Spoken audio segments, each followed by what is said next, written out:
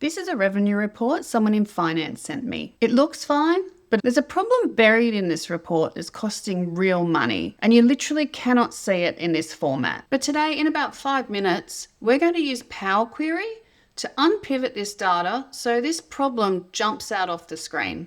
Let's go. Here's the issue.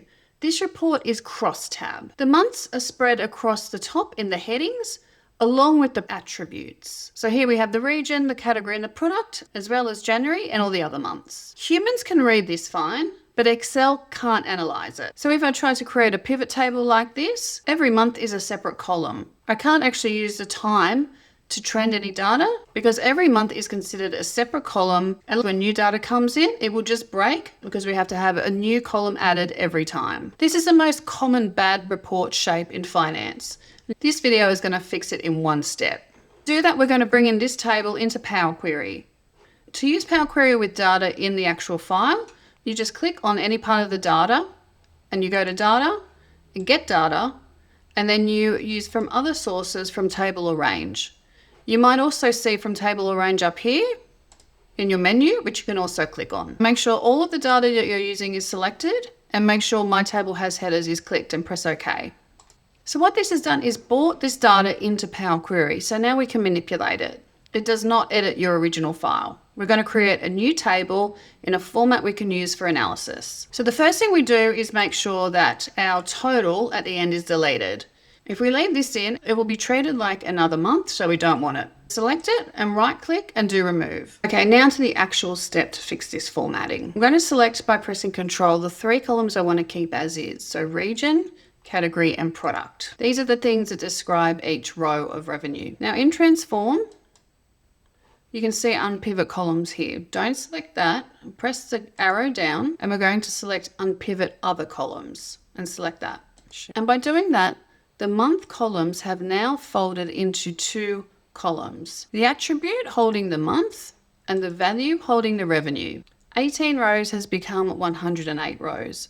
And what it's done is created a tidy table that can now be used for analysis. So why unpivot other columns specifically?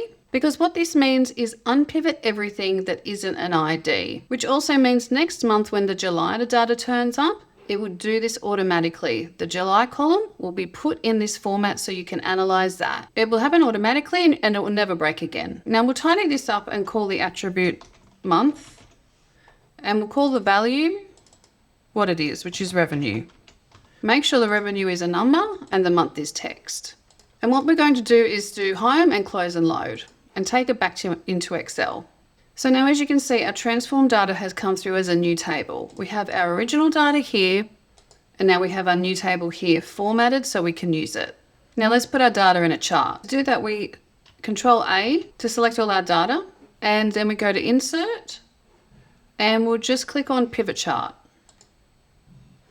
It's selected our table and we want to see it in our existing worksheet. So in the location, I'll just click on a cell and I'll press OK. So now we're going to build our chart. So obviously we want to see our revenue and our values. We're going to put our category as the legend. Now we're going to put our month in the axis. Now we have an issue here. As you can see, our months are not being shown in chronological order. They're actually alphabetical. Now why is this? It's because we have our monthly names as text and not as dates. So we're going to fix this. Now click back off the chart and we'll right click on our table and we'll press Edit to go back into Power Query. We're going to add a column and we're going to tell Power Query what we want in it based on the month column. To do that, select the month column and then on the top menu press Add Column and then Column from Examples. From selection. Now, as you can see, we have our months here. We're going to enter a sample values to create a new column. So under column 1, which is a new column, I'm going to start by pressing 1. And what I'm trying to do is tell Power Query that January 2026 is the 1st of Jan 2026, i.e. date from a month, which is the first option they've given you. If you double click on that and press enter, Power Query has now looked at the rest of the column and given the date for those months, which is great. So we're going to press OK.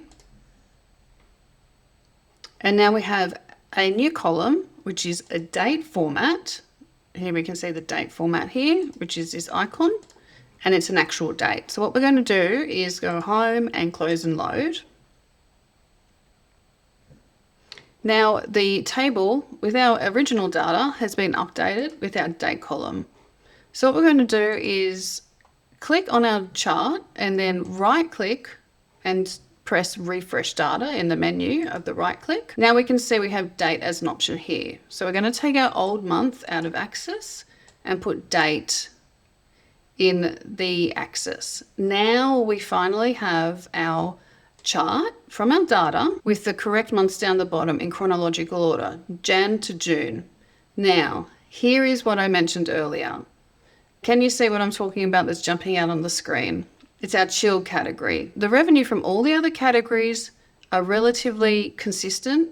Our chilled is declining by quite a steady margin in each month. And from January, which was 216,000 of revenue, we've gone down to 133 in June.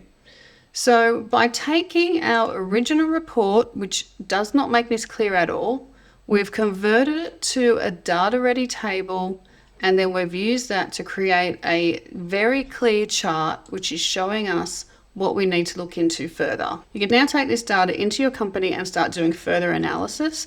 Why is the chilled revenue falling? And as a CPA that works with data, this is exactly what we're paid to do. We're paid to look into the numbers, find issues, and do further analysis. So 2 things to take away. We've converted our original table into this data-ready table, which can now be used in further analysis, in pivot tables, or even in Power BI. And because we've done this through Power Query, it's refreshable. Each month, you get your new data. For example, you'll get July in a new column. Once that's been added to this tab, you will go to data and refresh all, and that will then appear in the same format in this table. Likewise, it would appear in any chart or a pivot table that you've created based on this data. So there's no manual reshaping or copying and pasting. It's all automated, ready to go, which is exactly what month end should be. I'll provide this file in the description if you'd like to download this and follow along. If this has been helpful, please subscribe. I release videos like this each week on financial data and analysis, and I'll see you in the next one.